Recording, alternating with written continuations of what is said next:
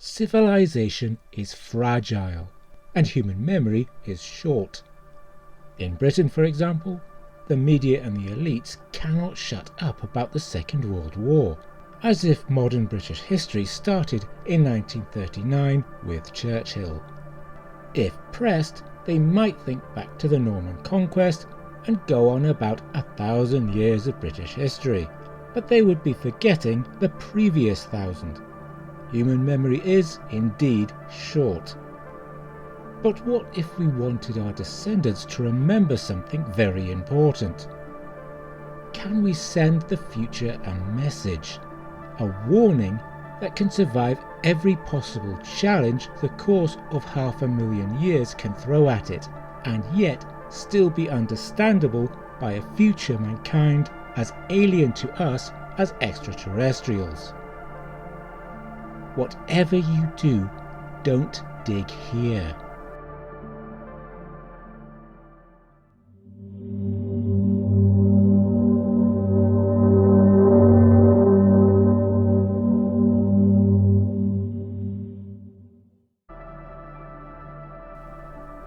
There is one particular fragment of knowledge that, for the good of our descendants, we must ensure reaches the future, and that is the warning about our radioactive nuclear waste.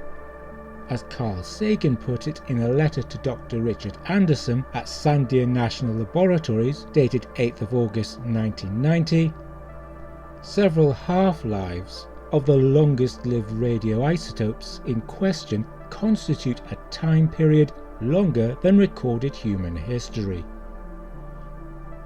We are developing deep waste repositories, but how do we prevent the people of the future breaking into them, either unwittingly or very wittingly? Languages change, borders move, societies collapse, hegemonies are overtaken by new hegemonies.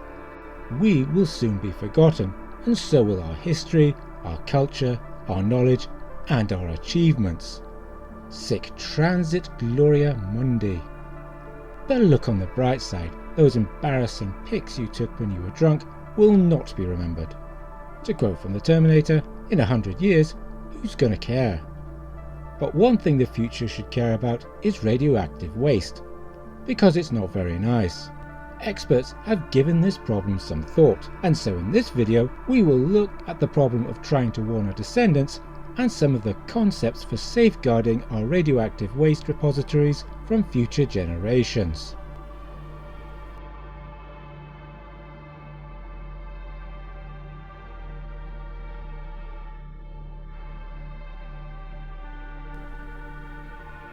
I met a traveller from an ancient land who said, "Two vast and trunkless legs of stone stand in a desert. Near them, on the sand, half sunk, a shattered visage lies, whose frown and wrinkled lip and sneer of cold command tell that its sculptor well those passions read, which yet survive, stamped on these lifeless things, the hand that mocked them and the heart that fed, and on the pedestal these words appear: My name is Ozymandias, King of Kings. Look on my works, ye mighty, and despair. Nothing besides remains. Round the decay of that colossal wreck, boundless and bare, the lone and level sands stretch far away." What do we know of life in Britain in the year 5000 BC? Not much. Little of our ancestors' society, its culture, its religious practice, its history, has survived. The civilizations of the last glaciation, if they ever did exist, are gone, and few if any historians and archaeologists will admit to their existence. And yet, human beings being what they are, it is certain some form of civilization existed at that time. But to paraphrase an author, on a long enough timescale, every civilization's chances of survival fall to zero. We have forgotten much, and our descendants will forget much. The societies of the future will be very different. There will be radical discontinuity with our own. Society would have gone through considerable change, political, social, and technological that might impact existing knowledge bases, languages, and institutional controls and memory. Messages would thus need to communicate to everyone regardless of their culture, technology, or political structure, that not intruding upon the repository was in their own best interest. Although it may seem strange to say it, we are living in the modern Dark Ages. Our lives are recorded on perishable materials, computers, paper. Try using a memory stick from 15 years ago. You may find it difficult to fully access the data on that stick. And then there is the problem of constant, unending format changes, with the latest thing seemingly coming along barely a year or 3 after you've bought the current format.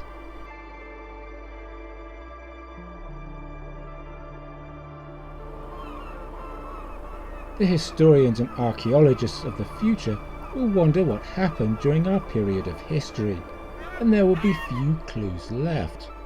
Those faces carved into the side of Mount Rushmore are likely to survive for as many as 6 or even 7 million years, assuming no one uses them for artillery practice. Those faces, Washington, Jefferson, Roosevelt, and Lincoln, may be worshipped as gods by some future civilization that has long since forgotten the names and deeds of those 4 men, and long forgotten the existence of the United States.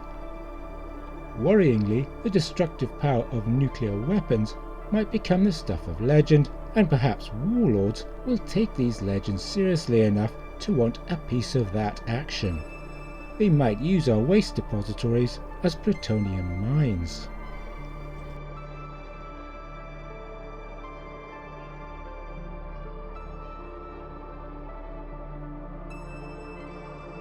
The written word is a new development in the human story, coming along, it is believed, some 5,000 or 6,000 years ago. But language changes over time. Take the English language, for example. As some have pointed out, few can read Beowulf in the original, despite its being in English. The Canterbury Tales by Geoffrey Chaucer were written in the latter years of the 14th century in Middle English. Its proper pronunciation is different in modern English. Shakespeare remains familiar, but only because his plays are continually in theatres. His language, though, sounds archaic to modern ears. The English language in 500 years will be as strange to us as Shakespeare, in its original pronunciation, does to us. In 1,000 years, it will rival Beowulf for incomprehensibility to our ears. In 10,000 years, or 50,000 years, or 100,000 years, the English language will not exist. Ancient Egyptian as a written language speaks to us across thousands of years, but we needed the Rosetta Stone to unlock that language. The Sandia National Laboratories panel, which we will get to later, assembled experts to consider these challenges. They outlined 5 levels of messages. Level 1, rudimentary information. Something man-made is here. Level 2, cautionary information. Something man-made is here and it is dangerous.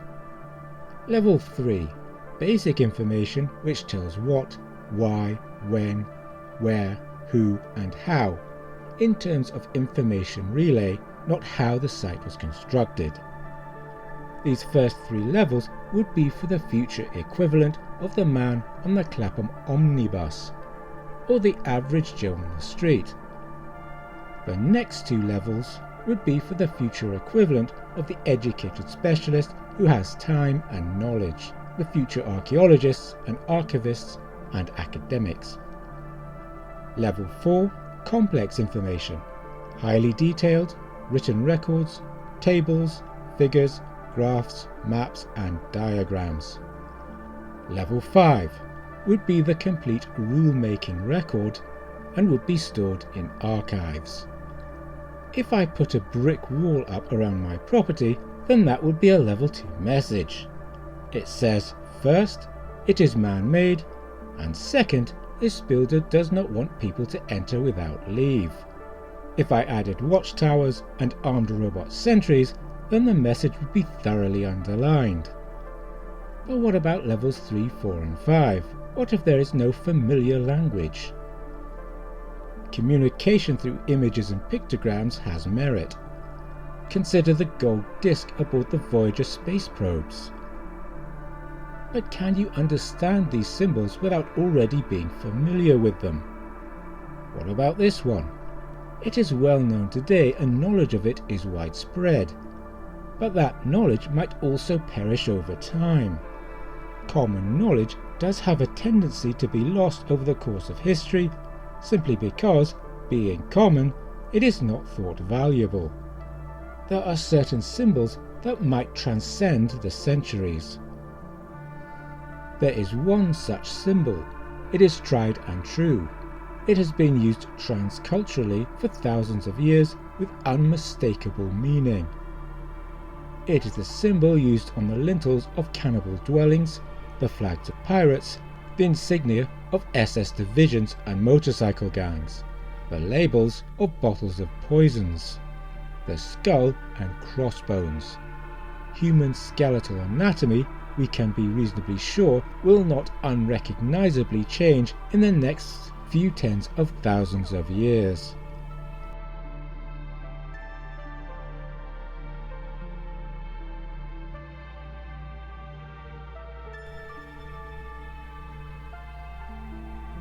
One idea for warning the future is to establish an atomic priesthood. There are shades here of Walter M. Miller's book A Canticle for Leibowitz, even of the Bene Gesserit of Frank Herbert's Dune. But could such a priesthood remain faithful to their mission over thousands and thousands of years? Could their core message survive that long? We are talking tens of thousands, even hundreds of thousands of years. Religions do not last anywhere near long enough. Christianity is only a couple of millennia old and has changed with the rise and fall of empires. This priesthood would be all too human and prey to the whims of history. It is true, of course, that the conquest of one people by another is often accompanied by cultural genocide, and with it the conscious elimination of the sacred symbols of the conquered. Witness the destruction of the Temple of Solomon by the Romans in AD 70, and the systematic annihilation or removal by Christian colonizers of virtually all structures and cultural artifacts bearing religious significance among the conquered peoples in the Americas, Africa, and Oceania.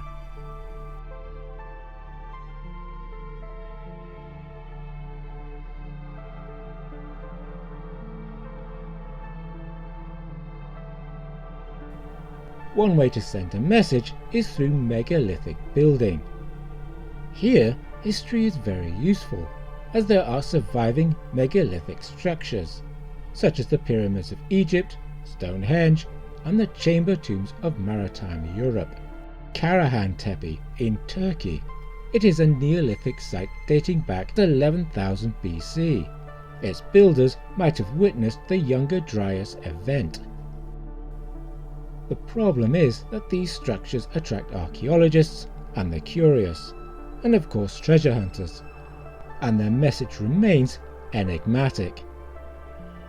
In the early 1990s, Sandia National Laboratories had a panel of outside experts consider a 10,000-year marking system for the Waste Isolation Pilot Plant, WIPP, in southeastern New Mexico, near Carlsbad.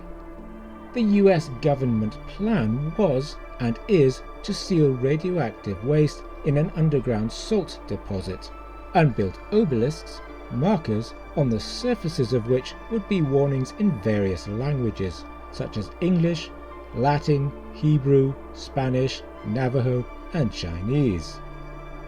In all likelihood, the New Mexico site will become a part of Mexico within a century, so even if an atomic priesthood was to watch over the site, they and it would depend on another country.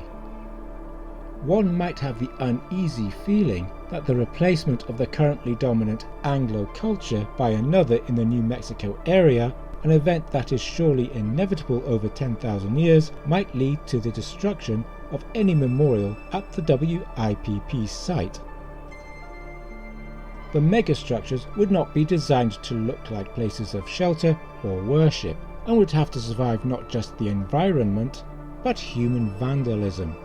The expert panel, divided into teams, proposed a number of designs, including a landscape of thorns, a field of leaning spikes,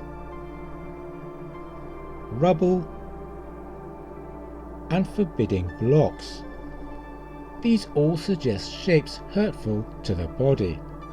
In their irregular shape, they would seem chaotic. Communicating through a sense of place is based on the concept of human archetypes, that all human beings react similarly to particular physical environments. The team believed that creating an environment that communicated to humans today that the area around the markers was not a welcoming one would also communicate the same message to future human beings, at least within the time frame required in the standard. One idea was a great black square, like a hole, formed of black basalt rock to suggest nothingness. In the desert sun, the black would radiate the heat, thereby making the location unpleasant. There are two problems with this idea. The first problem is that anyone finding this structure might believe there might be something of great value under such a marker. Just think of the Oak Island money pit. The second problem is that whilst the WIPP site in New Mexico is desert today, it might not remain desert.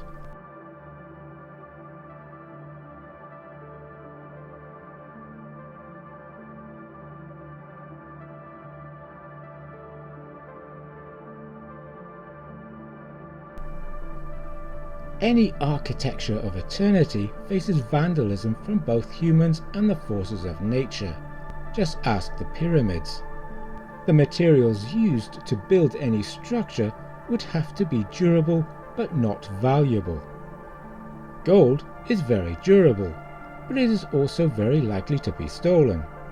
Glass is brittle, but vitrification and sulfate ceramics are being used to stabilize radioactive waste, and this method may well prove durable. In the case of the New Mexico site, the use of granite, average strength 26,000 psi, basalt 29,000 psi, and felsite 47,000 psi has been considered in the construction of monoliths. But if these are rare to the location, then the megastructure built using those materials risks becoming a quarry for locals. The Great Pyramid once had facing stones of limestone, until these facing stones were very permanently borrowed by modern-day Egyptians. To discourage the reuse of blocks, the builders of the repository markers would have to make the blocks irregular so their reuse elsewhere would be discouraged. Irregular shaped blocks sounds strangely familiar. The stones and the megaliths they would form would also have to be very large, to again discourage their reuse and to survive for so long a time period. The size called for would allow the marker to withstand considerable erosion and still remain recognizable as a human construction marking an area. These megaliths would be accompanied by earthworks at least 30 feet or 10 meters high. These earthworks might include cheap materials not found in the local area, and even magnetic anomalies to help advanced civilizations detect the site, rather like the moon monolith TMA-1 in 2001: A Space Odyssey. The earthworks would surround a central area or keep where a map of the world would lie, with all the other waste depositories around the globe marked. A number of information kiosks would stand inside this area, bearing level 2 and level 3 messages in various languages. The construction of the kiosk will include a concrete mother wall that will be built to curve around and protect an inner granite wall containing the actual messages. Messages will be placed high up on the wall so as not to be buried by blowing sand and to make it more difficult for individuals to deface them.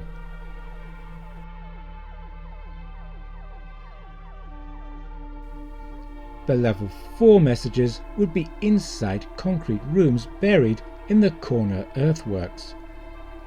These chambers would have small entrances closed by sliding stone plugs. The level 4 messages would be on 3 layers of stone inside, so that if 1 or 2 of those layers were damaged, the message would survive underneath. Around the site there would be granite monoliths, the tall ones 25 feet high and the shorter ones only 10 feet high, and these would have deep foundations, so their removal by humans would be very difficult. There would be messages inscribed on their surfaces.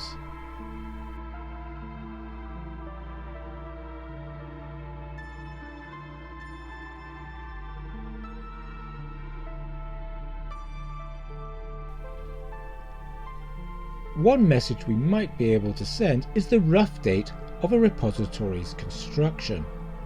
We could achieve this through stellar alignment and the precession of the constellations. It is commonly said this is due to a wobble in the Earth's spin, although there is another theory that the wobble is not that of the Earth but of the whole solar system. Be that as it may, currently the North Star Polaris is at true north. In 10,000 years, true north will be between Vega and Deneb. It will drift closer and closer to Vega over the next 2,000 years until it reaches a location between the Plough and Ursa Minor in 20,000 years from now. About 6,000 years later, true north will again be marked by Polaris, the precessional cycle having been completed.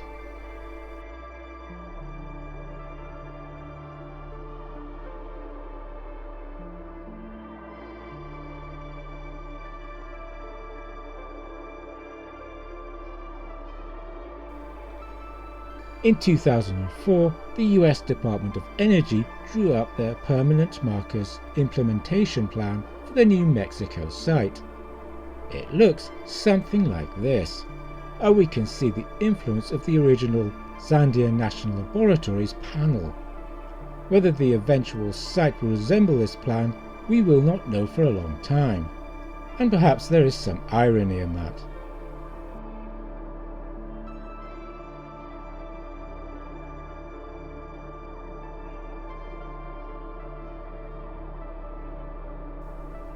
Should these waste repositories be marked at all? Would any warning structure fulfill its purpose by warning humans off? Would a world map be recognizable or comprehensible to a future society? And more importantly, would you want the warlords of the future to know where all the uranium and plutonium can be found? Technological development over the course of 10 or 20,000 years will almost certainly not be a steady climb to godlike status. In fact, it's far more likely that the human race will revert to pre-industrial technology or regress to a new Stone Age. Carrington events, new ice ages, meteor impacts, pandemics, famine, warfare, scarcity, and even societal exhaustion will bring our current civilization down. The moon landings will become legend, a myth like the lost continent of Atlantis, with only enigmatic traces on the lunar surface, the metal ruins of sun-bleached equipment, left as a testament to mankind's greatest achievement. Meanwhile, underground, our radioactive waste will wait in the darkness.